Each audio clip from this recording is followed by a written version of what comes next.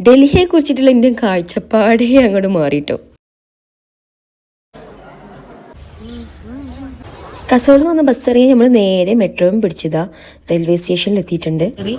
ഫ്രഷായി നമുക്ക് അടുത്ത പരിപാടി നോക്കാം. ഫസ്റ്റ് നമുക്ക് പോകേണ്ടത് ടിക്കറ്റ് ക്യാൻസൽ ചെയ്യാനാണ്. നമ്മൾ മുമ്പ് ബുക്ക് ചെയ്തിട്ടുള്ള ടിക്കറ്റ് ക്യാൻസൽ ചെയ്യാണ്ട് റെയിൽവേ സ്റ്റേഷനിൽ നിന്നല്ല, റെയിൽവേ റിസർവേഷൻ സെന്റർ കണ്ടിട്ട് വേറെ സ്ഥലമുണ്ട്. റെയിൽവേ സ്റ്റേഷനിൽ 5 മിനിറ്റ് നടക്കാനുണ്ട്. അവിടെ നമ്മളൊക്കെ ശരിയാക്കി. നല്ലോണം വിശക്കണമുണ്ട്. സോ അതിൻ്റെ ഓപ്പോസിറ്റ് തന്നെ ഉള്ള ഒരു കടയിൽ കയറി കുറച്ച് ചോറും കറികളൊക്കെ വാങ്ങി കഴിച്ചു കേട്ടോ.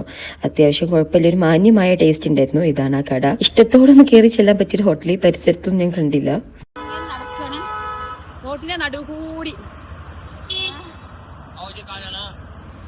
കണ്ടോളി കണ്ടോ, രണ്ട് സൈഡിലും ബസ് ഇവിടെയും ബസ്.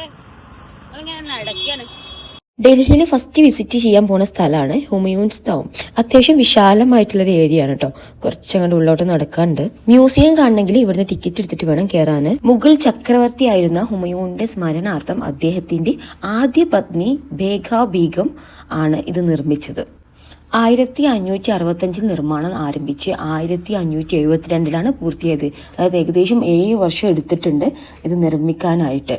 ഇസാ ഖാൻ ഗാർഡൻ മുഗൾ ചക്രവർത്തിയായ ഹുമയൂണിന്റെ കാലത്ത് അഫ്ഗാൻ ഭരണാധികാരിയായിരുന്ന ഷേർഷാ സൂരിയുടെ കൊട്ടാരത്തിലെ പ്രമുഖ പ്രഭു ആയിരുന്ന ഇസാ ഖാൻ നിയാസിക്ക് വേണ്ടിയാണ് ഇത് നിർമ്മിച്ചത്. AD 1547 ഈ സ്മാരകം പണിതത്. അതായത് ഹുമയൂൺ ഖബറിടം നിർമ്മിക്കുന്നതിനും ഏകദേശം 20 വർഷം മുമ്പേ ഇത് നിലവിലുണ്ടായിരുന്നു. ഇന്ത്യയിലെ ഏറ്റവും പഴയ ഗാർഡൻ ടോംബുകളിൽ ഒന്നാണിത്. ഹുമയൂണിന്റെ ഖബറിടം സന്ദർശിക്കാൻ എത്തുന്നവർക്ക് ആദ്യം കാണാൻ കഴിയുന്നത് ഈ സ്മാരകമാണ്. ലോധി രാജവംശത്തിന്റെ കാലത്തെ വാസ്തുവിദ്യാ ശൈലിയാണ് ഇത് നിർമ്മിച്ചിരിക്കുന്നത്. 8 വശങ്ങളിലുള്ള ഈ രൂപം ആ കാലഘട്ടത്തിലെ പ്രഭുക്കന്മാരുടെ ഖബറിടങ്ങളുടെ പ്രത്യേകതയായിരുന്നു. ഉള്ളിലേക്ക് കയറുമ്പോൾ 7 ഖബറിടങ്ങളാണ് ഇവിടെ കാണാൻ സാധിക്കുക. ഇതിലെ പ്രധാന ഖബറിടം ഇസാ ഖാൻ നിയാസിയുടേതാണ്. മറ്റുള്ളവ അദ്ദേഹത്തിന്റെ കുടുംബാംഗങ്ങളുടേതാണ്. പ്രധാന പീഠത്തിൽ അഷ്ടഭുജ ആകൃതിയിലുള്ള മുറിയിലാണ് ഈ ഖബറുകൾ സ്ഥിതി ചെയ്യുന്നത്. 2011-15 കാലഘട്ടത്തിൽ ആർക്കിയോളജിക്കൽ സർവേ ഓഫ് ഇന്ത്യയും ആഗാഖാൻ ട്രസ്റ്റും ചേർന്ന് ഇതിന്റെ വലിയൊരു പുനരുദ്ധാരണ പ്രവർത്തനം നടത്തിയിരുന്നു. ഈ സമയത്താണ് ഖബറിടത്തിന് ചുറ്റുമുള്ള പൂന്തോട്ടം അതിന്റെ പഴയ പ്രതാപത്തിലേക്ക് തിരിച്ചു കൊണ്ടുവന്നത്. ഖബറിടത്തിന് പടിഞ്ഞാറ് വശത്തായി ഇസാ ഖാന്റെ തന്നെ പേരിൽ ഒരു ചുവന്ന മൺകല്ലിൽ തീർത്ത ഒരു മനോഹരമായ പള്ളിയും ഉണ്ട്. അത് ഇസാ ഖാൻസ് മൊസീക്ക് എന്നറിയപ്പെടുന്നു. ചുവന്ന മണൽക്കല്ലും ചാരനിറത്തിലുള്ള കല്ലും ഉപയോഗിച്ചാണ് ഇത് നിർമ്മിച്ചിരിക്കുന്നത്. പച്ചയും നീലയും കലർന്ന ടൈലുകൾ കൊണ്ട് അലങ്കരിച്ച മേൽക്കൂരയും പ്രത്യേക ഭംഗിയാണ് കാണാൻ.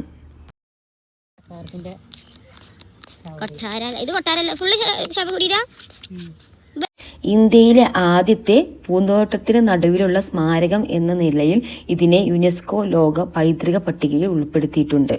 ഇതിൻ്റെ ഒരുപാട് വീഡിയോസ് ഞാൻ എടുത്തിട്ടുണ്ട്. ഏത് ആംഗിളിൽ നോക്കിയാലും അടിപൊളി വ്യൂ ആണ്. ഇന്നൊരു ഓഫ് ഡേ അല്ലാഞ്ഞിട്ട് പോലും ഒരുപാട് വിസിറ്റേഴ്സ് ഇവിടെ ഉണ്ട്. ഇന്ത്യൻസും ഫോറിൻസും ഒരുപാട് ആൾക്കാരുണ്ടായിരുന്നു.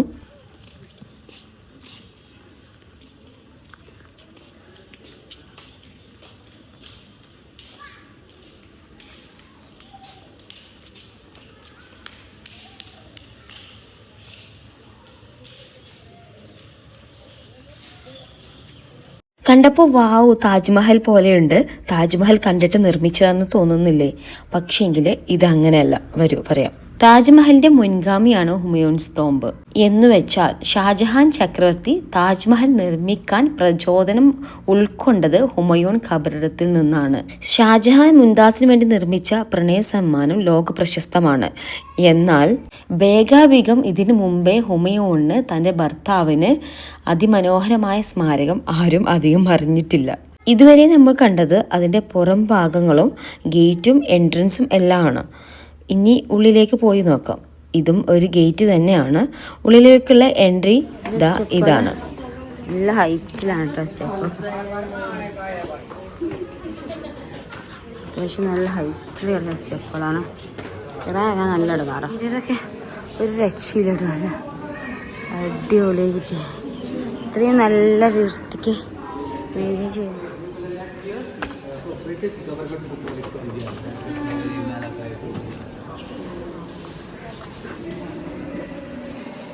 Sir, give your phone.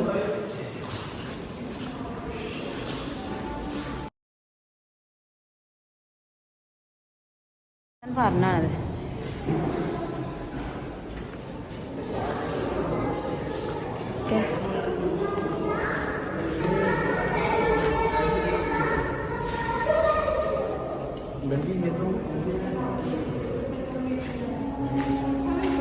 Hello, 4 സൈഡും ഒരേപോലെയാണ്. നമ്മൾ വന്ന ഗേറ്റ് അതാണ്, ആ ഗേറ്റ് കണ്ടോ, അതുപോലെ തന്നെയാണ്. സെയിം സാധനം, സെയിം വാട്ടർഫോള്, സെയിം ഗേറ്റ്. അതേ 4 സൈഡിലും ഒരേപോലെയാണ് ഉണ്ടാക്കിയിട്ട്. എന്ത് മരങ്ങളറിയോ, നമ്മളെ ആര്യവേപ്പിൻ്റെ മരങ്ങളാട്ടോ ഇതിൻ്റെ ചുറ്റോറും. കുറേ കാലം മുമ്പുള്ളതാണ്, അത്യാവശ്യം നല്ല വണ്ണം വെച്ചിരിക്കുന്നത്. കണ്ടോ, അതൊക്കെ ആര്യവേപ്പാണ്. ശരിക്കും നല്ലൊരു പീസ്ഫുള്ളാണ്. ഈ വാട്ടർ സപ്ലൈ ഉണ്ടല്ലോ, ഇത് ചുറ്റോറും ഡിസൈൻ പോലെ ഫുള്ളുണ്ട് കേട്ടോ. അവിടെ നിന്ന് നോക്കിയാലും ബ്യൂട്ടിഫുൾ വ്യൂ ആണ്. നടക്ക്.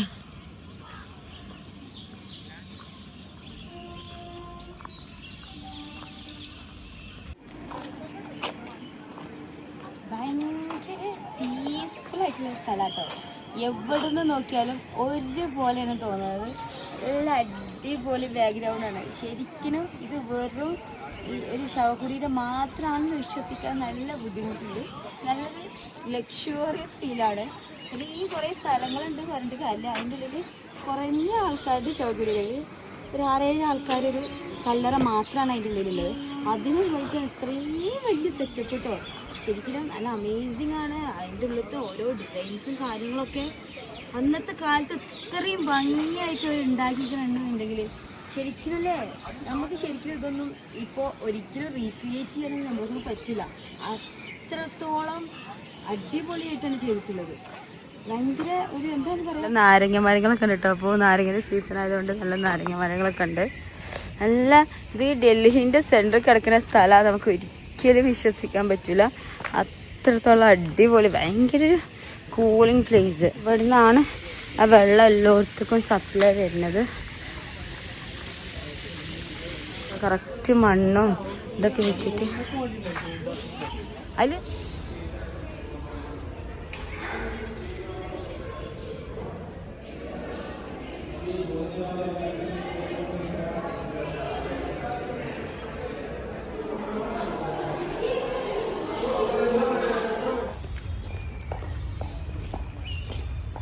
ഇവിടെയൊക്കെ ഒന്ന് കണ്ടിറങ്ങിയപ്പോൾ തന്നെ നമ്മൾ നല്ല റിലാക്സ് ആയിട്ടുണ്ടായിരുന്നു കേട്ടോ. ഹുമയൂൺ ടോമിന്റെ തൊട്ടടുത്തുള്ള ഡെസ്റ്റിനേഷൻ ആണ് ഹസ്രത്ത് നിസാമുദ്ദീൻ ദർഗ.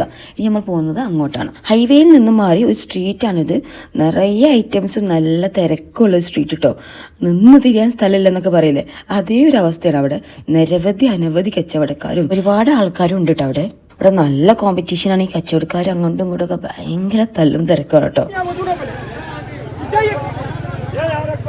എന്തൊരു തല്ലും തിരക്കണം ഇവിടെ അറിയോ. ചെരുപ്പ് വാങ്ങിയിട്ടുള്ള തല്ലും തിരക്കണത്. നമ്മളെ ചപ്പല് വാങ്ങിച്ച് ഫ്ലവർ എന്ന പൈസ. ആ തിരക്ക് കൊണ്ട് എന്തിനാ നിങ്ങൾക്ക് മനസ്സിലായോ? ഇവിടെ ഫുള്ള് ഫ്ലവർ ഷോപ്പുകളാണ് കേട്ടോ. കസ്റ്റമേഴ്സിനെ പിടിക്കുന്ന സൗണ്ടാണ് കേട്ടത്. അതുപോലെ ഷൂ ഉള്ളിലേക്ക് അലൗഡ് അല്ല. സുരക്ഷിതമായ ഷൂസ് വെക്കണമെന്നുണ്ടെങ്കിൽ ഇതുപോലെ ആൾക്കാരുണ്ട്. ഓരോ കയ്യിൽ നമ്മൾ 10 രൂപയും കൊടുത്ത് ടോക്കൺ വാങ്ങിച്ചിട്ടാണ് പോവുക. ഇതാണ് ഉള്ളിലേക്കുള്ള എൻട്രി. ഇനി എവിടുന്നും ഫ്ലവർ ഒന്നും കിട്ടൂല എന്നൊക്കെ പുറത്തത്തെ കച്ചവടക്കാർ പറയാം. പക്ഷെ ഉള്ളിൽ എത്തിയപ്പോഴാണ് അതേ സാധനങ്ങളൊക്കെ ഇവിടെ വെക്കാനുണ്ട്. ഡൽഹിയിലെ ഏറ്റവും പ്രശസ്തമായ സൂഫി തീർത്ഥാടന കേന്ദ്രങ്ങളിൽ ഒന്നാണ് ഹസ്രത്ത് നിസാമുദ്ദീൻ ദർഗ. ലോക പ്രശസ്ത സൂഫി വാര്യനായിരുന്ന ഹസ്രത്ത് നിസാമുദ്ദീൻ ഔലിയയുടെ അന്ത്യവിശ്രമ സ്ഥലമാണിത്. ഒരുപാട് പ്രത്യേകതകൾ ഉണ്ടെങ്കിലും അതിൽ നിന്നൊന്നാണ് ഹുസൈനി സബീൽ. രക്തസാക്ഷിയായ ഇമാം ഹുസൈന്റെ ഓർമ്മക്കായി വരുന്നവർക്കെല്ലാവർക്കും ദാഹജലം നൽകുന്ന ഒരു സംവിധാനമാണ്. പല ഭക്തരും ഈ വെള്ളം കുടിക്കുന്നത് ഒരു വലിയ പുണ്യമായി കരുതുന്നുണ്ട്. മലയാളം സംസാരിക്കുന്ന കേട്ടിട്ടാണ് ഞാൻ ശ്രദ്ധിച്ചത്. പെട്ടെന്ന് ഒരു കൂട്ടം ആൾക്കാർ വന്നു. അതിലൊരു ഉസ്താദ് ഉണ്ടായിരുന്നു, മൈക്കൊക്കെ വെച്ചിട്ട്. അതുപോലെ തന്നെ കുറെ കൂടെ ആൾക്കാരുണ്ടായിരുന്നു. പ്രാർത്ഥനകൾ സഫലമാകാൻ വേണ്ടി ദർഗയിൽ പൂക്കൾ സമർപ്പിക്കുന്നു. തിരികെ ലഭിക്കുന്ന പൂക്കൾ പുണ്യമായി കരുതി വീട്ടിലേക്ക് കൊണ്ടുപോവുകയും ചെയ്യുന്നു. ചുവന്ന റോസാപ്പൂക്കൾ കൊണ്ട് അവിടുത്തെ കബറിടം പൂർണ്ണമായും മൂടപ്പെടുന്നതാണ്. ഗുലാബ് പോഷ് എന്നാണ് ആ ചടങ്ങിനെ അറിയപ്പെടുന്നത്. ദർഗയുടെ സമീപത്തായി ഒരു ചതുരക്കിണറുണ്ട്. 14-ാം നൂറ്റാണ്ടിൽ ഹസ്രത്ത് നിസാമുദ്ദീൻ ഔലിയുടെ മേൽനോട്ടത്തിലാണ് ഇത് നിർമ്മിച്ചത്. സമയം ഉച്ചയായതോടു കൂടി ഇവിടെയൊക്കെ ഫുഡ് ലൈവായി തുടങ്ങിയിട്ടുണ്ട്. എനിക്കിവിടെ ഇഷ്ടമായത് അതാ പാത്രങ്ങളുടെ ഒക്കെ ഒരു ഷേപ്പാണ് കേട്ടോ. ഞങ്ങളും ടേസ്റ്റ് നോക്കാൻ വേണ്ടിയിട്ട് ഒരു ഫുഡ് കഴിച്ചിട്ടുണ്ടായിരുന്നു. പറഞ്ഞാലുണ്ടല്ലോ, ഡൽഹിനെ കുറിച്ച് ഭയങ്കര ബ്യൂട്ടിഫുൾ പിക്ചർ ആയിരുന്നു മനസ്സിലുള്ളത്. പക്ഷെ ഇവിടെ വന്നപ്പോഴാണ് ഇവിടെ ഫുള്ള് ചേരിയാളും എന്താണ് അങ്ങനെയൊക്കെയാണ്. ഇപ്പോൾ ഇതാ ഇവിടെ ഒരു വീട് പോലെ ഇതാണ്. മെയിൻ റോഡാണിത്, ഹൈവേ ആണ്. അതിലതാ അവിടെ ഓല വീട് അവിടെ തന്നെയാണ്. ഫുഡ് കഴിക്കണ അവിടെ തന്നെയാണ്. ആ കുട്ടികൾ യൂറിൻ പാസ് ചെയ്യുന്ന അവിടെ തന്നെയാണ്, അപ്പിക്കാൻ അവിടെ തന്നെ, എല്ലാതും അവിടെ തന്നെയാണ്. ആ നോക്കിക്കുക, ആ മെയിൻ റോഡിൽ കണ്ടോ, അവിടെയാണ് ഓരോ ഡ്രസ്സൊക്കെ. അത് കണ്ടോ, മെയിൻ റോഡിലാണ് ഓല അയലുണ്ടാക്കിയിട്ടിരിക്കുന്നത്. അതായത് നമുക്ക് ഡൽഹി എന്ന് പറയുമ്പോൾ ഒരു പിക്ചർ ഉണ്ടല്ലോ, ആ പിക്ചറും ഇതും തമ്മിലുള്ളൊരു ബന്ധം നോക്ക്.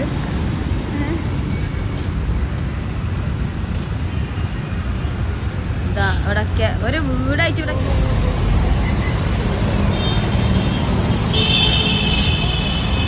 ഇന്ത്യ ഗേറ്റിലേക്ക് പോകുന്ന വഴിയാണ് ഹൈറുൽ മൻസിൽ മസ്ജിദ് കണ്ടത്.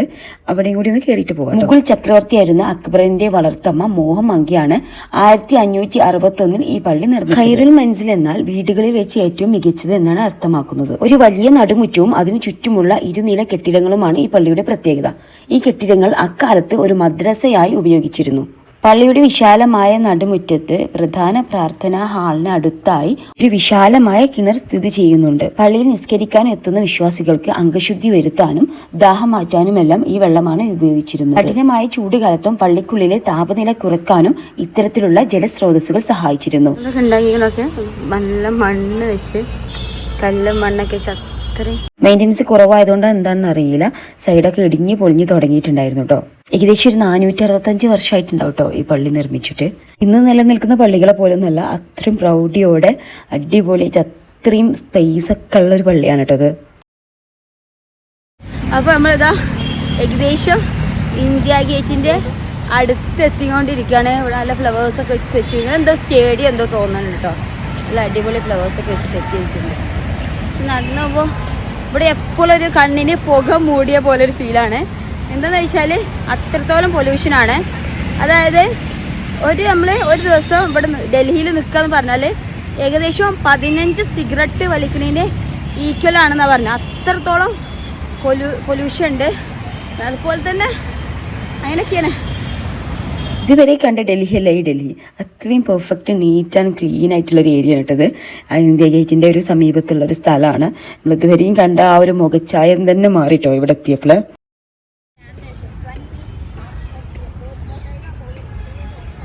ശരിക്കും ഞാൻ ഇപ്പോൾ എവിടെയെന്ന് അറിയോ, ഞാൻ നമ്മളൊരു ഇന്ത്യക്കാരി ആയാൽ ഏറ്റവും കൂടുതൽ കാണാൻ ആഗ്രഹിക്കുന്ന സ്ഥലമുണ്ട് ഡൽഹി. ഡൽഹി തന്നെ നമ്മളെ തലസ്ഥാനം ഉണ്ടാകിയത് ഡൽഹിയിൽ ഇന്ത്യ ഗേറ്റിൻ്റെ അടുത്തേക്ക് നടന്നുകൊണ്ടിരിക്കുകയാണ്. ഇപ്പോൾ കാണാട്ടെ ഇന്ത്യ ഗേറ്റ് എവിടെ നമുക്ക് കാണിച്ചു തരാം. I am so excited. ഇവിടെ നല്ല അടിപൊളി ഏരിയ കേട്ടോ, നല്ല പീസ്ഫുള്ളാണ്. അപ്പോൾ നമുക്ക് ഇന്ത്യ ഗേറ്റിൻ്റെ അടുത്തേക്ക് നടന്ന് പോയാലോ. ഇന്ത്യ ഗേറ്റ് 1-ാം ലോകമഹായുദ്ധത്തിലും അഫ്ഗാൻ യുദ്ധത്തിലും വീരമൃത്യു വരിച്ച 70,000-ത്തിലധികം ഇന്ത്യൻ സൈനികരുടെ ഓർമ്മയ്ക്കായിട്ടാണ് ഇത് നിർമ്മിച്ചിട്ടുള്ളത്. ഏകദേശം 42 മീറ്റർ ഉയരമുണ്ട് ഇതിന്.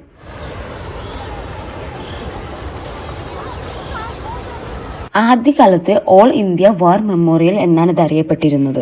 ഇന്ത്യ ഗേറ്റിന്റെ ഭിത്തികളിൽ യുദ്ധത്തിൽ മരിച്ച ആയിരക്കണക്കിന് സൈനികരുടെ പേരുകൾ കൊത്തിവെച്ചിട്ടുണ്ട്. ഭരത്പൂരിൽ നിന്നുള്ള ചുവന്നതും മഞ്ഞയുമായ മണൽക്കല്ലുകൾ ഉപയോഗിച്ചാണ് ഇത് നിർമ്മിച്ചിട്ടുള്ളത്. അത്യാവശ്യം നല്ല തിരക്ക് അനുഭവപ്പെട്ടിട്ടുണ്ടായിരുന്നു. കുറച്ച് ഫോട്ടോസും വീഡിയോസും ഒക്കെ എടുത്ത് കുറച്ച് സമയം അവിടെ സ്പെൻഡ് ചെയ്ത് ഞങ്ങൾ തിരിച്ചു. അത്യാവശ്യം നല്ല ഏരിയ ഉണ്ട് കേട്ടോ, ഒരുപാട് സ്ഥലമുണ്ട്.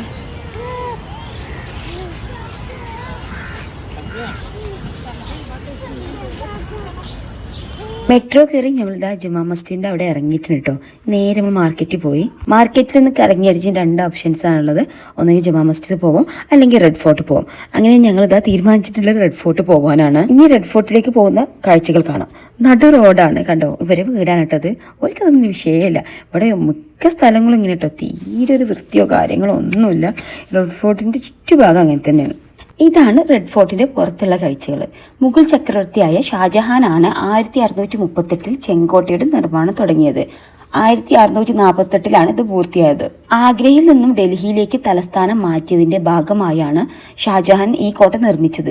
അന്നേ നഗരം ഷാജഹാനാബാദ് എന്നാണ് അറിയപ്പെട്ടിരുന്നത്. 2007 യുനെസ്കോ ചെങ്കോട്ടയെ ലോക പൈതൃക പട്ടികയിൽ ഉൾപ്പെടുത്തി. കോട്ടയുടെ ഭീമാകാരമായ മതിലുകൾ ചുവന്ന മണൽക്കല്ലുകൾ കൊണ്ട് നിർമ്മിച്ചതാണ്. അതിനാലാണ് ഇതിന് ചെങ്കോട്ട എന്ന പേര് ലഭിച്ചത്. ലാഹോർ ഗേറ്റ്, ഇവിടെയാണ് സ്വാതന്ത്ര്യ ദിനത്തിൽ ഇന്ത്യൻ പ്രധാനമന്ത്രി ദേശീയ പതാക ഉയർത്തുന്നത്. യമുന നദിയുടെ തീരത്താണ് ഇത് സ്ഥിതി ചെയ്യുന്നത്. 8 വശങ്ങളുള്ള ആകൃതിയിലാണ് കോട്ട നിർമ്മിച്ചിരിക്കുന്നത്. ഇന്ത്യയുടെ ചരിത്രത്തിലും രാഷ്ട്രീയത്തിലും ചെങ്കോട്ടയ്ക്ക് വലിയ സ്ഥാനമുണ്ട്. ബ്രിട്ടീഷ് ഭരണത്തിനെതിരെയുള്ള പോരാട്ടങ്ങളുടെയും ഇന്ത്യയുടെ സ്വാതന്ത്ര്യത്തിന്റെയും പ്രതീകമാണ് ഇത്. ഗേറ്റ് ചത്ത ചൗക്ക് എന്നാണ് അറിയപ്പെടുന്നത്. കവാടം കടന്നാൽ കാണുന്ന ആഭരണങ്ങളും പട്ടുതുണികളും എല്ലാം വിൽക്കുന്ന ഒരു പുരാതനമായ വലിയൊരു മാർക്കറ്റാണ്. അത്യാവശ്യം ഒരു വലുപ്പമുള്ള മാർക്കറ്റ് തന്നെയാണ്. ഈവനിങ് ആയതുകൊണ്ട് ലൈറ്റുകളൊക്കെ ഓണായി തുടങ്ങിയിട്ടുണ്ട്. അതുപോലെ തന്നെ നല്ല തിരക്കും ഉണ്ടായിരുന്നു കേട്ടോ. ഈ വീഡിയോ ശ്രദ്ധിച്ചാൽ മനസ്സിലാവും എത്രത്തോളം ദൂരമുണ്ട് ഈ മാർക്കറ്റ് എന്നത്. അത്യാവശ്യം നല്ല ലോങ് ഉണ്ട് കേട്ടോ. അത്യാവശ്യത്തിലധികം നടക്കാനുണ്ടായിരുന്നു. ചെങ്കോട്ട എന്ന് പറഞ്ഞാൽ അത്രയും വലിയൊരു ഏരിയ തന്നെ ഉണ്ട്. താജ്മഹൽ രൂപകൽപ്പന ചെയ്ത ഉസ്താദ് അഹമ്മദ് ലാഹോറി തന്നെയാണ് ചെങ്കോട്ടയുടെയും പ്രധാന ശില്പി.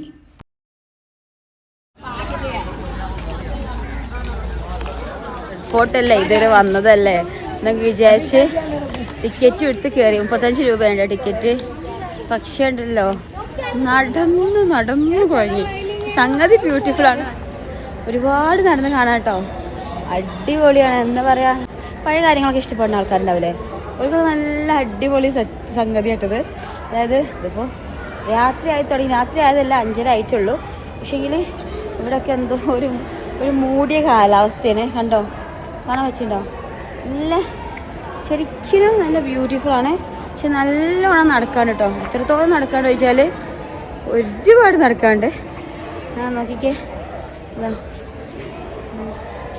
മിക്കവാറും ഇതിൻ്റെ മുകളിലൊക്കെ ഒന്ന് ഫുള്ള് കണ്ട് തീരുമ്പോഴത്തിനും ഒരു 3-4 കിലോമീറ്റർ ആവാനുള്ള ചാൻസ് ഉണ്ട്. ഇവിടെ വെച്ച് വൈകുന്നേരങ്ങളിൽ കോട്ടയുടെ ചരിത്രം വിശദീകരിക്കുന്ന ഒരു ഷോ ഉണ്ട്.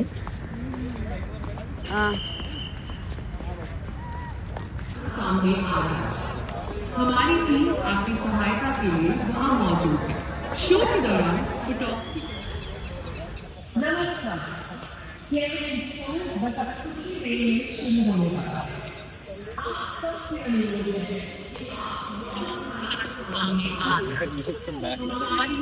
ഷോ ഉള്ള കാര്യം അറിയില്ലായിരുന്നു. അതുകൊണ്ട് തന്നെ ടിക്കറ്റ് എടുത്തിട്ടില്ല. ടിക്കറ്റ് എൻട്രൻസിൽ മാത്രമേ കിട്ടുള്ളൂ. ഇവിടെ അത്രയും ദൂരം നടക്കാൻ വയ്യാത്തതുകൊണ്ട് ഷോ കാണാൻ തീരുമാനിച്ച് ഞങ്ങൾ മടങ്ങി.